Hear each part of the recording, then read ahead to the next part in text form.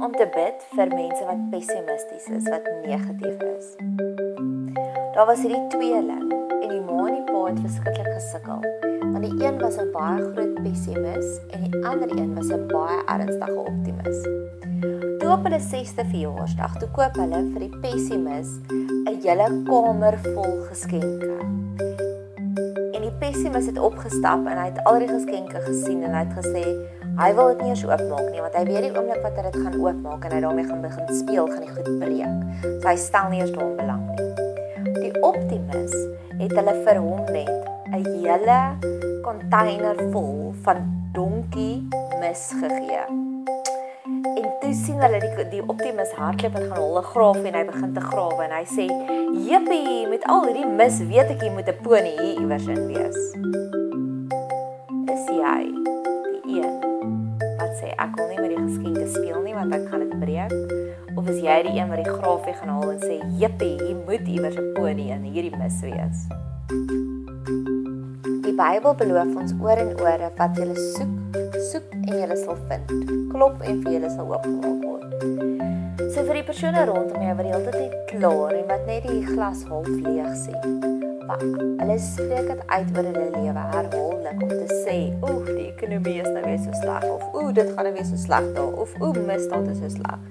So soek en hulle sal vind en dit wat ons kry sal vermeerder word. Jesus vertel hierdie gelykenis van die 3 mans vir wie hy elkeen 10 talente, 5 talente en 1 talent gegee het. En die 2 optimiste gaan uit en hulle maak 'n vermeerdering en die huisheer kom terug en hulle kry 'n beloning. Die pessimis vat die 1 muntstuk wat hy gekry het en gaan steek dit weg. So op hierdie punt stel ek voor, ons raak stil en bid dat God hulle oë sal aanraak. Vanuit al Jesus se genesing wonderwerke, en daar was ongeveer 21, was 5 van hulle net om die oë aan te raak. So ons mag bid dat God hulle oë sal aanraak, dat hulle weer die reënboog, dat hulle weer die kleurvolle lewe sal raak sien, dat hulle weer die mooi in die lewe begin raak sien.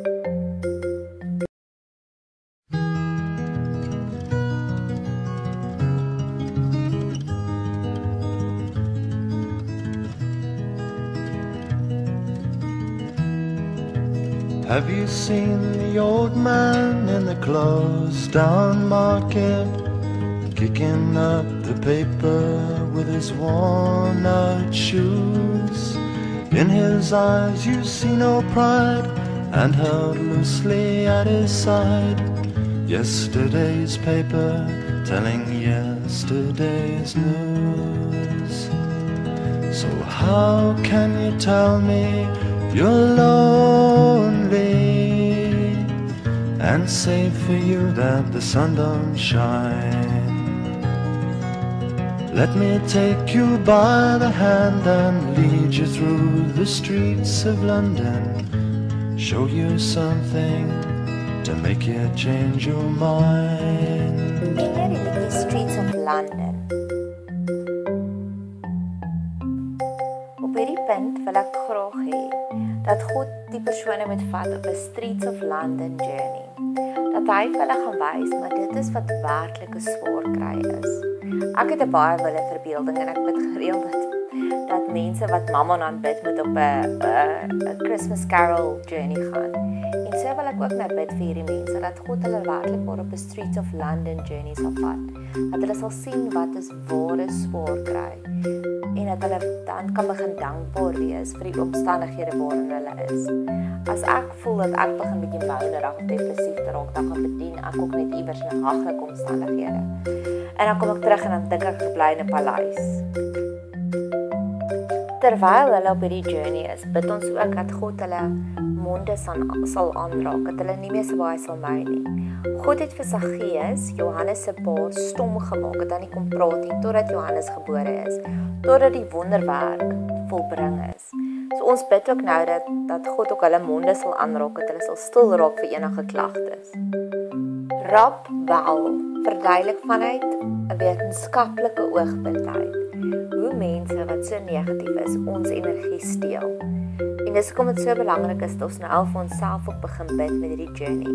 Mag God die gatekeepers aanstel om ons te beskerm, sodat hulle nie meer van ons energie sal drein What's going on, where we're headed, we could have all sorts of answers.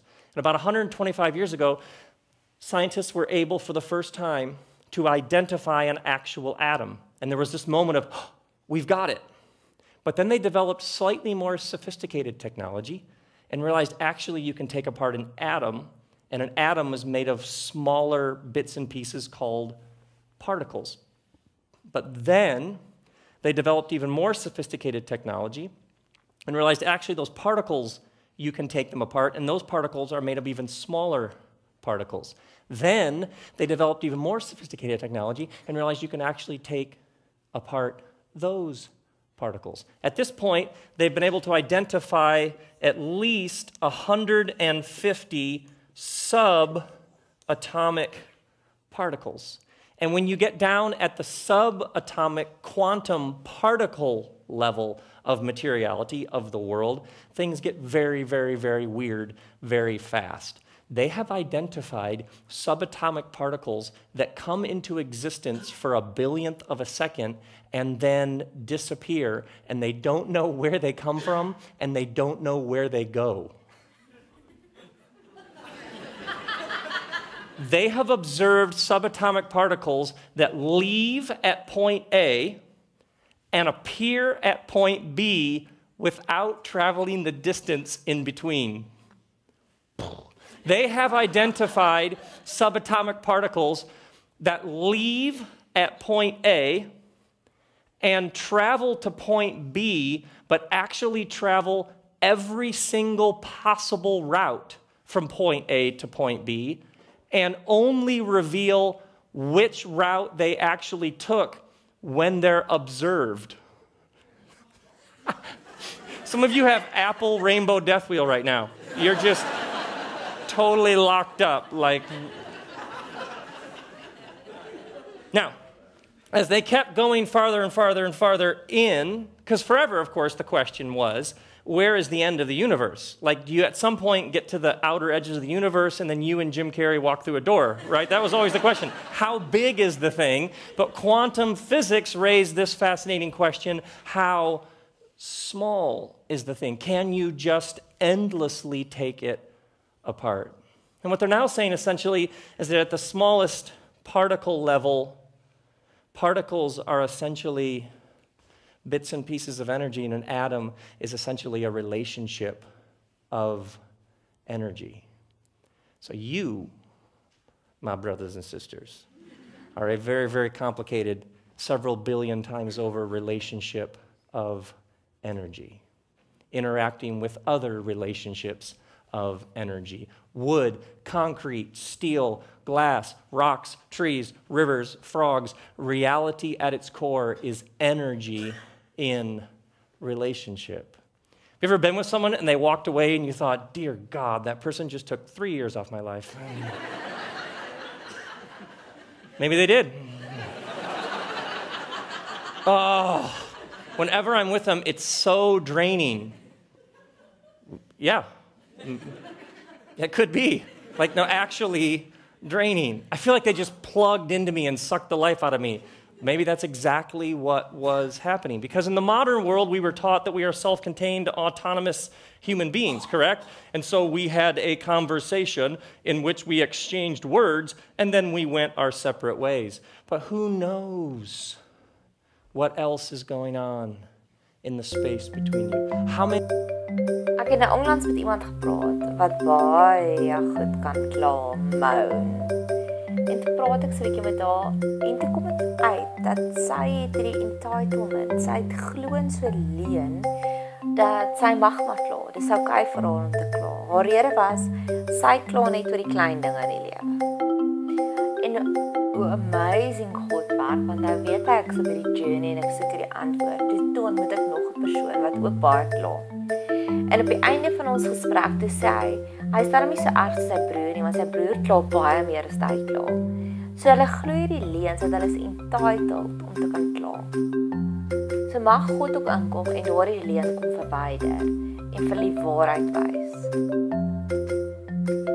Die Mamertine tronk in Rome Paulus was in die Meimertuintronk in Rome en terwyl hy in hierdie tronk was, het hy die Filippense geskryf, die brief aan die Filippense. Die brief aan die Filippense staan bekend in vandag se tye as die Joy Epistle. Die brief wat geskryf is waar die woordjie vreugde, beleidskap, die meeste van al sy briewe voorkom. Die tronke op daardie stadium was nie so die tronke wat ons vandag ken nie. Waar die inwoners of waar die mense kan PlayStation speel en kan gym nie. Daardie tronke was gebou ondergrond, so hulle het geen sonlig gehad nie. En die einste en baie berigte Meimertuintronk in Rome was gebou onder die rioolsisteem van Rome. Paulus was op vas met ketting, so hy kon nie wegtrek van alles wat van bo af onder die rioolsisteem op hom val nie. Maar nogtans het hy so goeie verhouding met die tronkbewakers opgebou, dat hy het die voorreg gehad om 1 keer 'n dag vir 'n uur lank losgemaak te word, nadat hy al sy briewe geskryf. En tydens daardie reis, daardie tronkplek waar hy was net voordat hy doodgemaak is, het hy nog steeds daai vreugde epistel, die vreugdebriewe van die Filippense geskryf. Nou was God vir Paulus op daai stadium soveel blydskap aangegee in daardie mees haglikste omstandighede. Glo ek dat hy kan dit eerstens vir ons gee en tweedens ook vir die mense vir wie ons bid. Dankie Meladia dat ons so lekker oor hierdie topik kon saam gebrainstorm het. Sy's nie die een wat gekla het nie, sy was die een wat die vuurtjie my aan die brand gesteek het. Ondersteun ons deur te gaan registreer by WeBenefit en doen so al jou aanlyn inkopies. Hulle tariewe is baie bekosbaar. Maak Bet-Seber Huis van Emosionele Genesing vir Vrouens jou begunstigde.